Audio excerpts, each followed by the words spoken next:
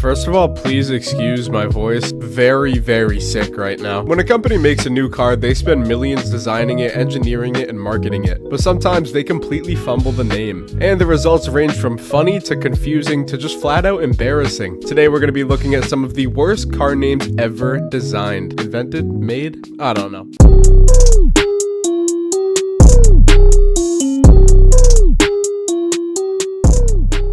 Let's start with the classic, the Chevy Nova. Great little muscly compact car back in the day, but in Spanish, Nova literally means doesn't go. Not the best name for a car you're trying to sell. Now to be fair, sales in Latin America weren't actually that bad, but the joke stuck forever. Imagine trying to sell a car called the Ford Won't Start. Next up, the Mitsubishi Pajero. Sounds fun, unless you're in Spanish-speaking countries where Pajero is slang for, let's just say, self-enjoyment. Yeah, Mitsubishi quickly renamed it to the Montero in most markets, but the damage was already done. If you drove a Pajero, you probably weren't bragging about it and probably were calling it a Montero. Then there's the AMC Gremlin. Gremlins are little creatures that sabotage machines. So naturally, AMC thought it would be a great idea to name a car after him. To be fair, the Gremlin actually sold decently well, but the name guaranteed it was the butt of every joke in the 70s. Now the Ford Probe. I'll let you take a second for the middle school jokes to run their course. This was supposed to be the Mustang replacement, a front-wheel drive sports coupe. Instead, it ended up as the butt of alien abduction jokes for decades. Come on, that was a good one. Hey man, nice probe is not the compliment you probably wanted. Now the Isuzu Mysterious Utility Wizard. Yep, that's the actual name. Isuzu Mysterious Utility Wizard. Sounds less like a car and more like a Zelda character. It was basically the Isuzu MU SUV, but that's what MU stood for. Mysterious Utility. Honestly, I kinda like it. Forget Bronco or Wrangler, I wanna roll up in a Mysterious Utility Wizard. I mean, that's pretty hype in my opinion. Nissan once made a concept called the Friend ME. It was a car aimed at millennials designed to be social. Instead, it sounded like a car was begging you to hang out with it. Sorry Nissan, but if my car is desperate for friends, I'm gonna have to pass. Toyota, normally great at names, once gave us the Deli Boy. Basically a van built for delivery services, but with a name like Deli Boy, you'd expect him to be bringing you a foot-long sub, not driving down the highway. Great car for couriers, terrible name for anyone. And finally, the Volkswagen Thing. That's literally what it was called in the US. And in Germany, it was the Kubelwagen. But here they said,